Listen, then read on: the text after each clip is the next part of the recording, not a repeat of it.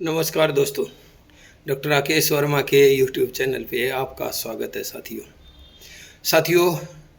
आज जैसा कि एक्सटेंशन साथी हमारे 31 तारीख के लिए पूरी जी जान लगा के मेहनत कर रहे हैं, तो उसके विषय में ही थोड़ी सी चर्चा करेंगे।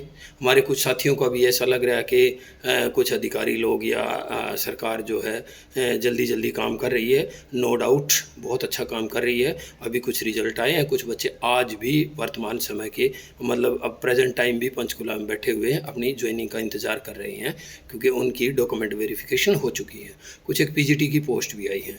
तो अभी जैसे कि सैनी जो हमारे हैं सीएम साहब, वो 2020 की तरह खेल रहे हैं और बहुत बढ़िया अभी तक तो उनका चल रहा है, लेकिन बहुत देर से आखिरी के 2-3 ओवर मिले हैं उनको खेलने के लिए। लेकिन मैं एक चीज़ फिर भी क्लियर करूंगा एक्सटेंशन साथियों की तरफ से कि एक्सटेंशन साथियों, आप लोगों को किसी भी बात में किसी खबर के उसमें आने की ज़रूरत नहीं है। आप 31 तारीख को पूरे दल बल के साथ वहाँ पहुँचिए, अपनी पूरी ताकत दिखाइए, क्योंकि बिना किसी ताकत के, बिना किसी आंदोलन के कोई भी सरकार कुछ नहीं सोचती।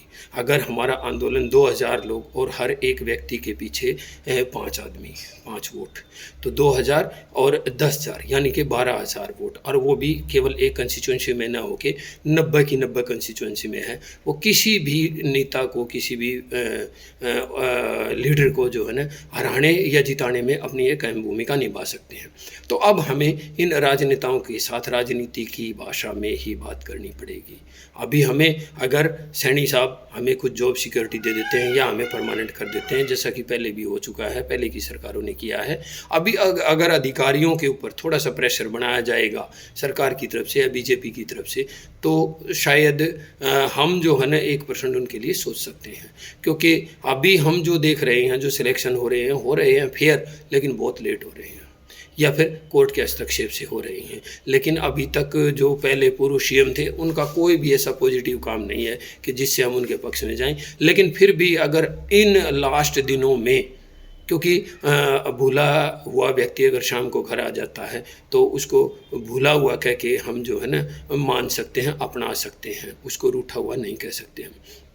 तो मेरी एक्सटेंशन साथियों से दोबारा फिर से अपील है कि पूरे दल बल के साथ आप पहुंचिए और अपनी एक ताकत वहां दिखाइए।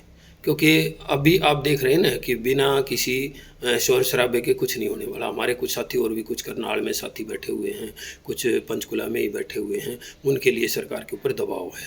क्योंकि रोज़ सीएम को यानी कि सप्ताह में एक बार तो लगभग दिल्ली बुला ही लिया जाता है कि क्या चल रहा है और कैसे चल रहा है।